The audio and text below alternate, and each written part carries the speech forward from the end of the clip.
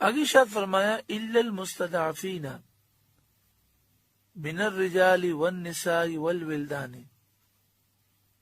مگر وہ جو دبا لیے گئے مرد اور عورتیں اور بچے، یعنی پیچھے یہ بیان کیا گیا کہ جن پر ہجرت فرض تھی اور انہوں نے ہجرت نہیں کی اور وہ اس حال میں مارے گئے، کافروں کی امداد میں وہ لگے ہوئے تھے، تو گناہگار بھی ہوئے اور جہنم ان کا ٹھکانہ ہوا۔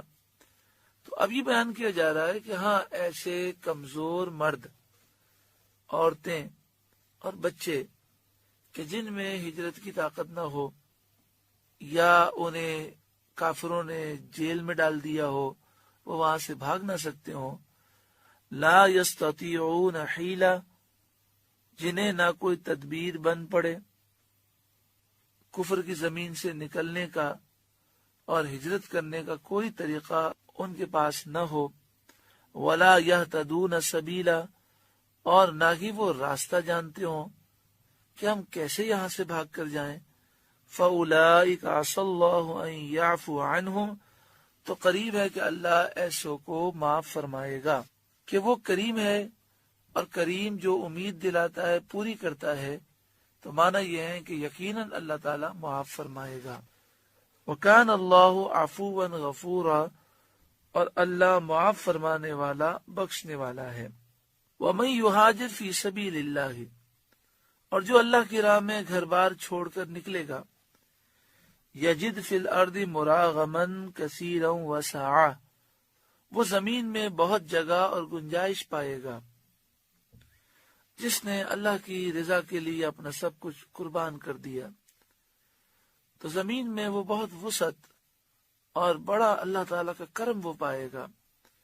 لہذا انسان کو، مسلمان کو گھبرانا نہیں چاہیے، حق کی خاطر وہ اپنا گھر بار بھی چھوڑ دے، اپنے رشتہ دار بھی چھوڑ دے، اپنا ملک چھوڑ دے، تو اس میں کوئی حرج نہیں ہے، اللہ تعالیٰ اس کی مدد فرمائے گا۔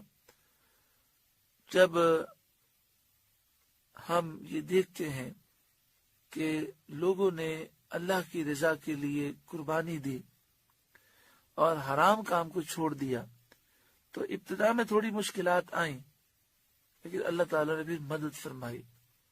ایک شخص نے مجھے خود کہا کہ سود کا لینا دینا تھا، میرا کاروبار میرا یہی تھا، پھر میں نے توبہ کی، توبہ کرنے کے بعد اب میں نے سوچا میں کیا کام کروں، تو میں نے ایک دوست سے قرضہ لیا اور اس سے کچھ معمولی سا پلاسٹک کا سامان لیا اور اس سے میں نے کام شروع کیا۔ شروع میں مشکلات آئیں، لیکن پھر اللہ نے بڑی برکت عطا فرمائی۔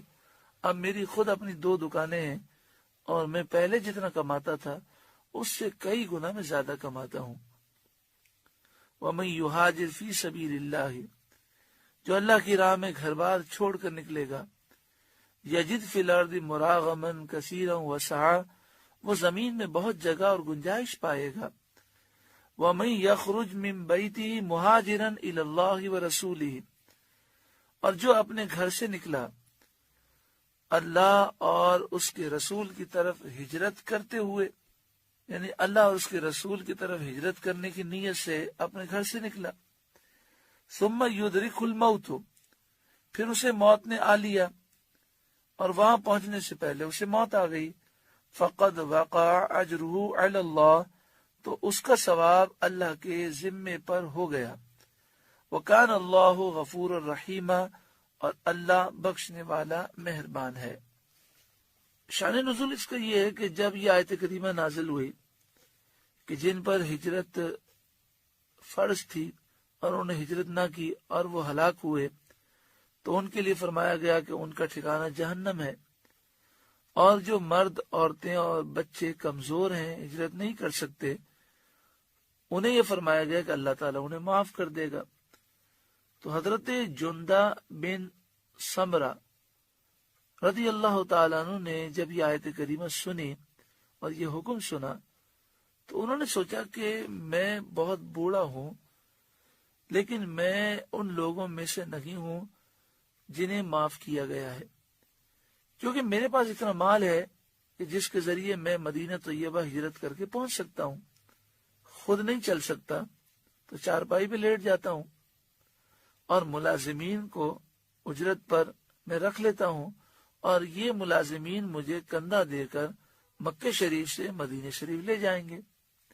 تو انہوں نے کہا اللہ کی قسم مکہ مکرمہ میں اب ایک رات میں نہ ٹھہروں گا، مجھے لے چلو. لوگوں سے کہا. چنانچہ ان کو چارپائی پر لے کر چلے. مقام تنعیم میں آ کر ان کا انتقال ہو گیا. مقام تنعیم جہاں آج کل مسجد عائشہ ہے.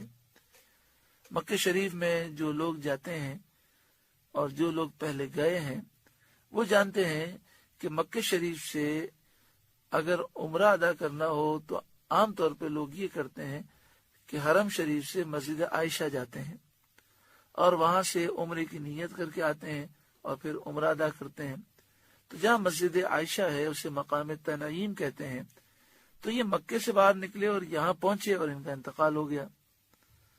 اب ان کا آخری وقت جب آیا انتقال سے پہلے تو اس مقام پر انہوں نے جب دیکھا کہ اب میرا انتقال ہونے لگا ہے تو انہوں نے اپنا سیدھا ہاتھ الٹے ہاتھ پر رکھا اور کہا یا رب یہ تیرا اور تیرے رسول کا میں اس پر بیعت کرتا ہوں جس پر تیرے رسول صلی اللہ علیہ وسلم نے بیعت کی. یہ خبر پا کر صحابہ کرام رضی اللہ تعالی عنہم نے فرمایا کاش وہ مدینے پہنچتے تو ان کا اجر کتنا بڑا ہوتا. اور مشرک ہنسے اور کہنے لگے کہ جس مقصد کے لیے جس مطلب کے لیے نکلے تھے وہ نہ ملا. اس پر یہ آیت کریمہ نازل ہوئی کہ جو اپنے گھر سے نکلے اللہ اور اس کے رسول کی طرف ہجرت کرنے کے لیے پھر موت آ جائے فقد وقع اجرہ علی اللہ تو اس کا ثواب اللہ کے ذمے پر ہو گیا. اس کا ثواب اللہ کے ذمے پر ہو گیا اللہ کے وعدے اور اس کے فضل و کرم کی وجہ سے. کیونکہ اللہ تعالیٰ پر کوئی چیز واجب نہیں ہے.